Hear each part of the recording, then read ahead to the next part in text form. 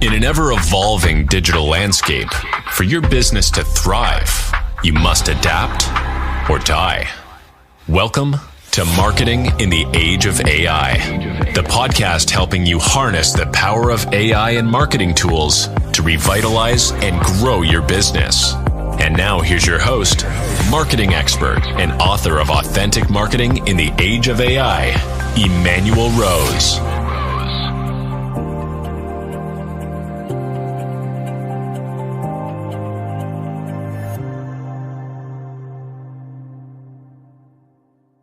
Well, thanks for joining me on this episode of Marketing in the Age of AI. We are going to have a great guest by the name of Darren Saul, and we're going to have a robust conversation about the benefits of podcasting for your marketing, for your psychological health, and just for your sociability. Darren, welcome to the show. Oh, thank you, Emanuel. And I love the intro as well. Very, very cool. Oh, thank you very much. Well, please share a little bit about your background so we get to know you a little better, Darren. Yeah, you bet. So I do a few different things. I'm a corporate recruiter. So I've been recruiting for about 25 years. I'm a photographer, and I stumbled into podcasting and digital media probably about 7-8 years ago. Yeah. And I started heavily using podcast in particular to market both businesses. And I've just been astounded at the results and the fun that I'm having and how the market's exploded, how podcasting has exploded as a marketing tool. Well, that is amazing. So you got 7 years of podcast. That's pretty awesome. Did you start out with your own show or did you start out guesting? I kind of just started with my own show. I did a bit of guesting along the way. Yeah. I actually put 2 shows together. So I've got one show for my recruitment business and one show for my general podcast marketing and photography business. And I just thought, you know what, let's just dive in. And if I go back to my first episodes, they were terrible. But that's part of the journey. You get better. Oh yeah, no, it's amazing. How much goes into creating a show, but yet at the same time, it's such a small amount of effort compared to the people that you meet. And I think that's been the real gift is, I've, like you're in Australia. Yep. You and I would never cross paths otherwise. Right. Yeah. So it's a cool way to meet people. I talked to a guy today who was a big shot in AI computer programming for Amazon and Visa and, these very high profile companies that I would have never in a million years ever run across. So it's a treat that way for sure. It really is. And I've met people from all over the world. I've got on podcasts from all over the world.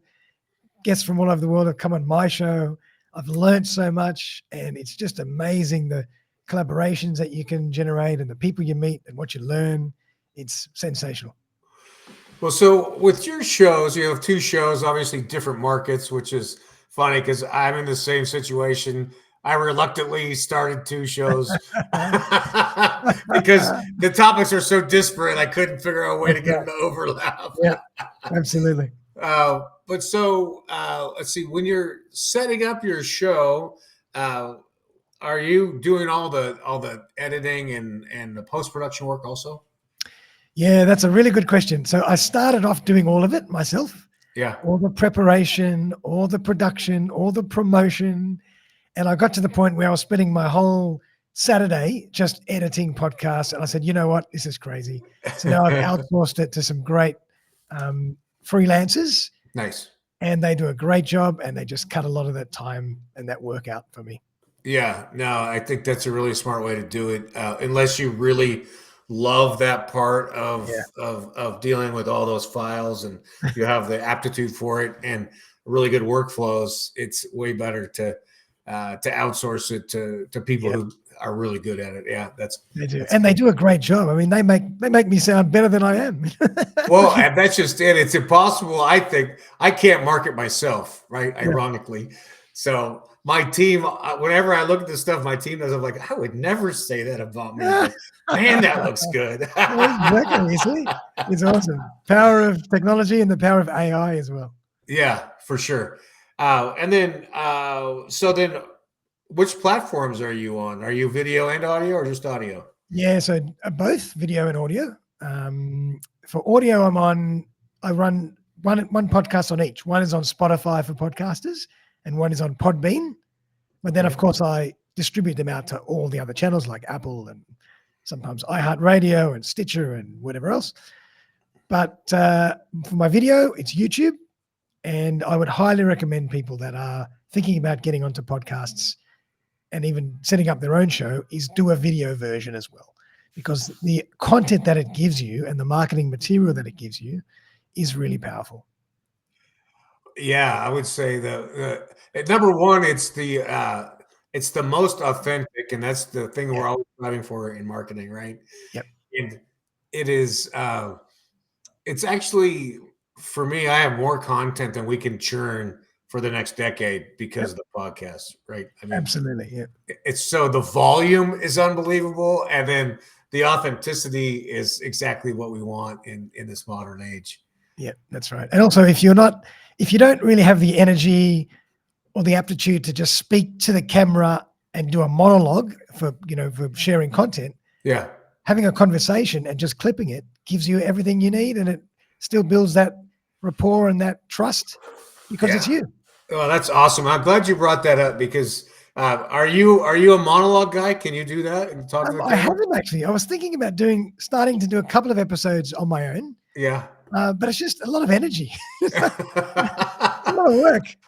I think there's something about the personality of the person. Like Yeah. I'm not a monologue guy either. I'm like, I could not generate. My monologues would be 45 seconds. Yeah. I'm the same. Yeah. I'm the same. And I'm also the type I like to get straight to the point. So if I have to monologue for 20 minutes, Yeah. after 5 minutes, I've said what I have to say. I have to train myself to expand. Right. Yeah, exactly. So yeah, it's interesting. Concision is too long of a word. Yeah. Well, let's talk about, let's say for a person, a professional services person, what are some of the first couple of things that they should think about in terms of when they're going to start a podcast? Yeah, sure. So I think anybody that's starting a podcast, first thing I would definitely say is be ready to be in it for the long haul. It's not a short-term gain. It's not a short-term, quick fix. It's a game that you have to play for a while.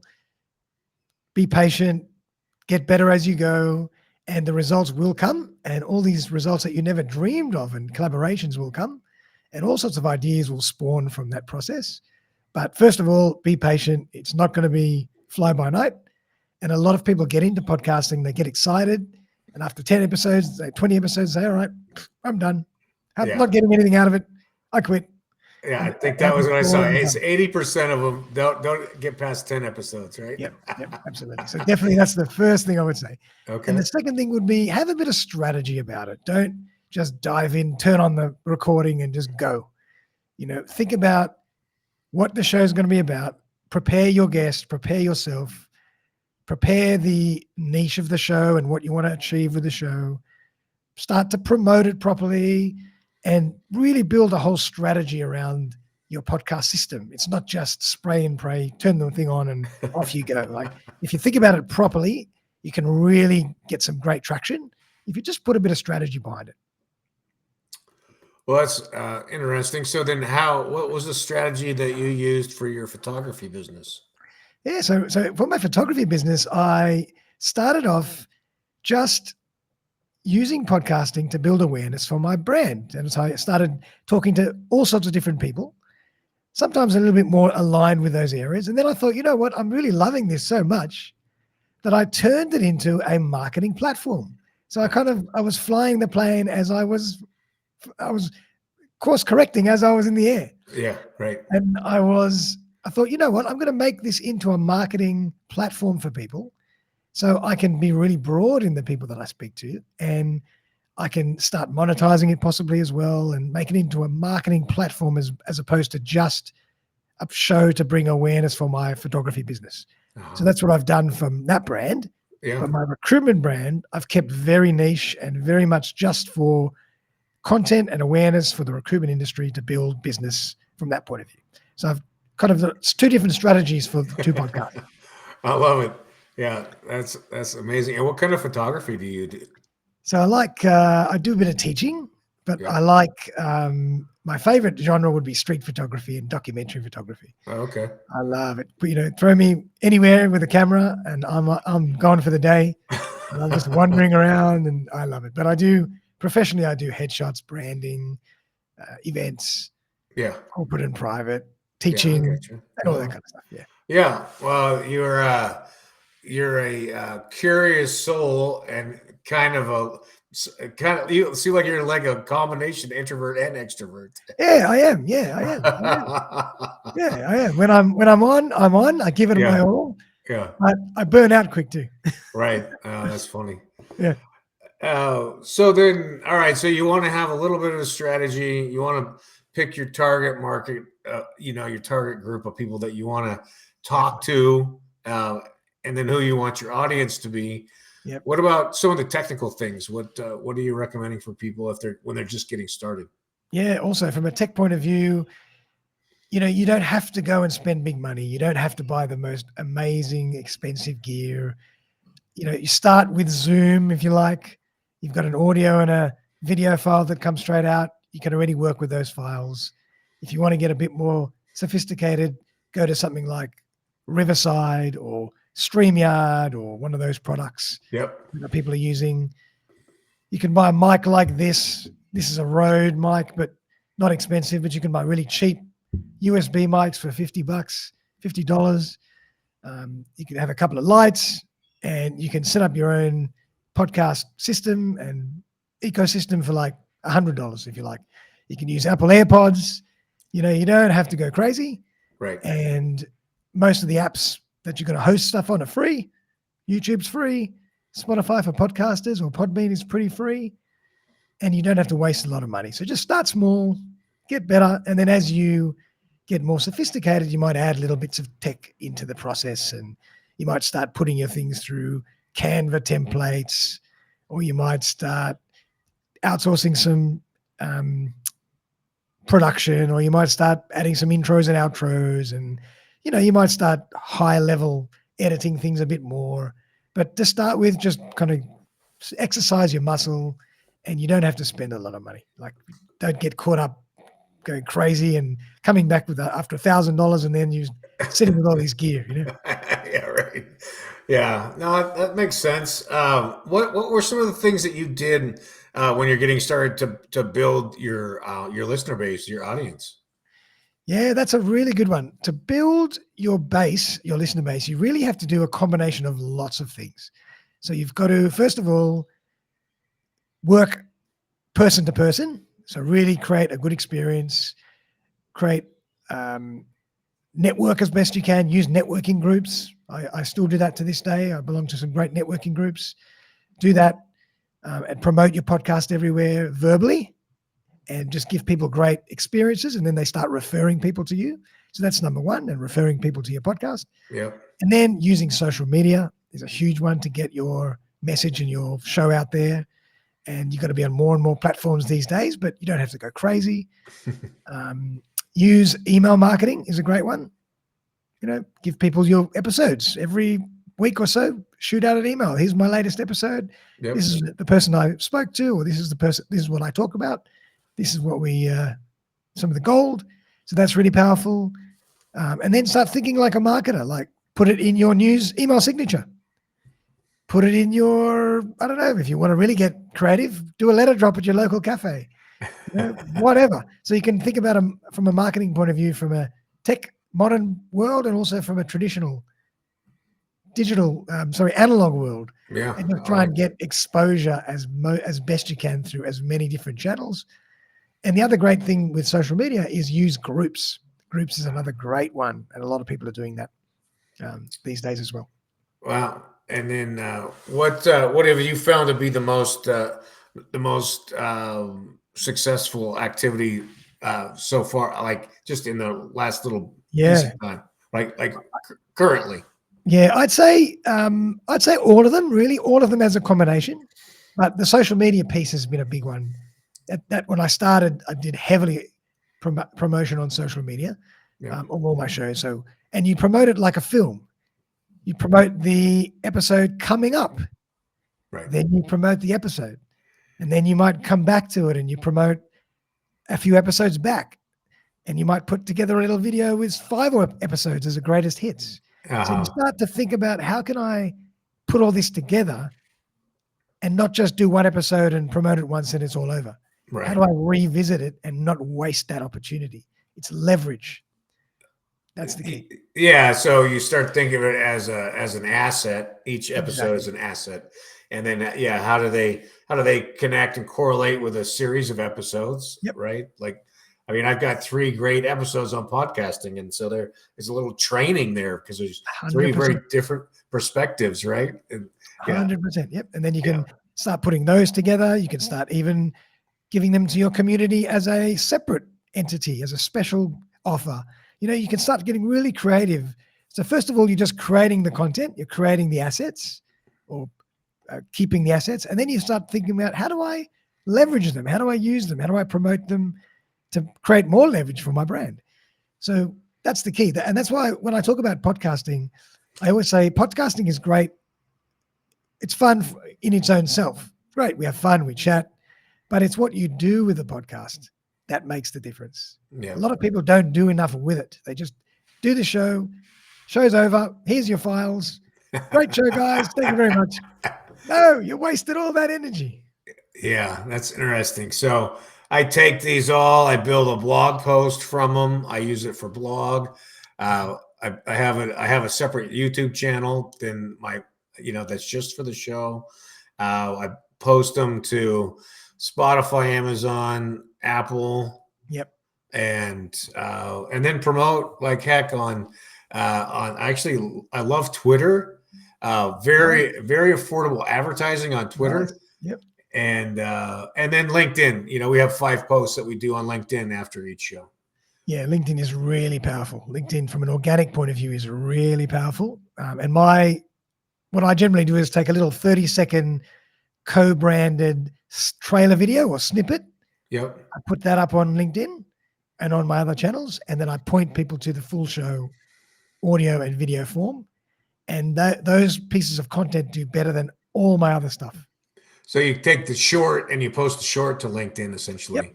So you got a 30-second trailer. It's like your key moment. Yeah. And people say, wow, that sounds interesting. I want to watch the full show now. Love it. And then you link people back to the full show. All right. Well, I'm gonna take that and do that for the promoting on ours. On LinkedIn. It works really well because it's video, it's interesting, it's short, and even if people don't click any further, they've already still registered. Emanuel does that. Yeah. He speaks about that. They got to hear his voice. They got to see his face. It's already created a lot of brand. No, it's beautiful. And what I'm seeing with the shorts is that we're probably getting 15 times the number of views on the shorts than the full length. So, I'm finding the same thing on Facebook Reels. Facebook Reels are on fire compared to general Facebook posts. Yeah. Wow. That's amazing. And it makes sense. That's a good, it's a nice nugget. Thanks for that, Terry. Yeah. Definitely put them on Facebook Reels as well. Oh, well, let's see. How about like in the course of a 12-month calendar year, how do you kind of build what content goes in which episode and how they interconnect? Talk to me a little bit about that. Not well enough. So I tend to kind of just react, and I've got different shows lined up all the time. Yep. But if I do see that there's a show that is too similar in it, like one after the other, I'll just wait a couple of weeks before I launch that one. Yeah. So because I like it to be variety. Yep. Again, it depends on the show that you're doing. If you're doing a show just about marketing, you can have quite similar episodes one after another. Sure. Yeah. Because my show is a very much a variety show. I don't want to talk about finance every single show. Right. I want to mix it up and keep it fresh. So I kind of just, 2 or 3 weeks between, I kind of just do it that way. but I could probably prepare a little better. I got you. No, that's interesting. Let's see. What about the frequency? How are you on a one every week? Yeah, so Frequency? I block out my calendar usually on a Friday afternoon because that's a good time for me to do a show. And I do a show, sometimes 2 shows, but usually 1. And then I'm on usually a 1-week cycle. But sometimes things get a bit busy and I can't release them for another few days or a week. So I'll just release them when I can. Like I don't get too caught up about have to be released at this moment, at this time, every single week. I try and keep the consistency as best I can. And then if it's a day or 2 here and there, whatever, it's fine. And do you find any, a big variance in downloads or listenership based on how you're releasing episodes? Yes and no. Like, honestly, I don't even look at the metrics so much because for me, it's more about the long game. It's about the branding. It's about what I can do with those episodes. Yep. But I know I just every now and again I look and see, how many people have been listening on Podbean, how many people have been looking at it on YouTube. I check some of my metrics. Where are they from? But, they kind of just flow nicely. And I don't really get too caught up with, this week or last month, my metrics are down a little bit. Why? You can, but I want to be consistent for the long term and I don't want to get caught up in the little things. I want to just keep putting out good content, building great relationships, building my asset portfolio, and then leveraging all that stuff to the best of my ability. Love it. Yeah, I hear it. I hear it. It's as much of a creative act as it is looking for the KPIs, right? Yeah, absolutely. I think we're aligned that way. That's cool. Yeah. And also, you can get a bit disappointed if what happened here? My metrics are down a little bit now. You might start doubting yourself, but keep on going, and all of a sudden you hit critical mass, or you come on a show like this, and people get to know you, and your metrics go up again. So I don't worry too much about analyzing and being paralyzed by all that kind of stuff. All right, I like it. Well, let's see. So what's coming up next for you? Do you have some workshops? Do you have a new book coming out? What do you got? What's going on here? One day I'm going to write a book. I'm going to get someone to help me or ghost write a book. But that's nothing in the pipeline yet. But I'm doing lots of webinars. So funny enough, if anybody's interested, I'm doing a free webinar this Saturday, Australian time. But I'm going to record it and distribute it to anybody that's registered. So feel free to come along. And I'll give you the link to that if you like as well. Yeah, just go ahead and say it out loud right now. Yeah. Well, it's just trying to think of where the best place to find it. Probably the best place would be to email me, and then I can send you the link. So just email me, go to my website, which is suspendedanimation.com.au. You'll find all my details there. Email me, and I'll send you the link to the webinar. Otherwise, it's a bit of a long one to kind of read out. Yeah, no, that's cool. What's the topic for the webinar? So the topic is just going to be really, really relaxed Q&A, new products, new tech, new trends in podcasting. We might even touch a bit of monetization as well, all sorts of things like that. So that's just a fun 2-hour webinar. I've always got products and things that I'm promoting, monetization webinar I did a little while back, 15 different ways to monetize your podcast. I've got all sorts of courses that I run. So you can find all that stuff on my website as well. All right. So you can be a resource for people who are either thinking about developing a podcast or have got a podcast started and want to move to the next level. Definitely. And I'm also starting to tackle a little bit more on the guest side because I find there's a bit of a gap in the market for guests that don't want to have their own show. They might not have the time or the energy. Yeah. But they want to get better at executing their message when they go on other people's shows. So I have a little bit of a course that I put together to help guests as well, which is fun. All right. Well, that all sounds good. And you've got an amazing amount of experience and the artist perspective for how to participate. So I love that. Thanks, man. Yeah. Well, I really appreciate your time this morning. And thanks for spilling some secrets with us. And I'm hoping that we can catch up again in a few months and see what's new. You bet. And I'd love to have you on my show. So, we'll set that up too. Okay. That sounds good. Well, hang out for a second. Let me close this up and we'll check in backstage. Awesome. Thanks, guys. Thanks, Darren. I appreciate it. Thanks for listening to Marketing in the Age of AI. Be sure to subscribe wherever you heard this podcast so you never miss a future episode. Your copy of Authentic Marketing in the Age of AI is available at Amazon.com or EmanuelRose.com. You can also connect with Emanuel on LinkedIn. Thanks again for listening.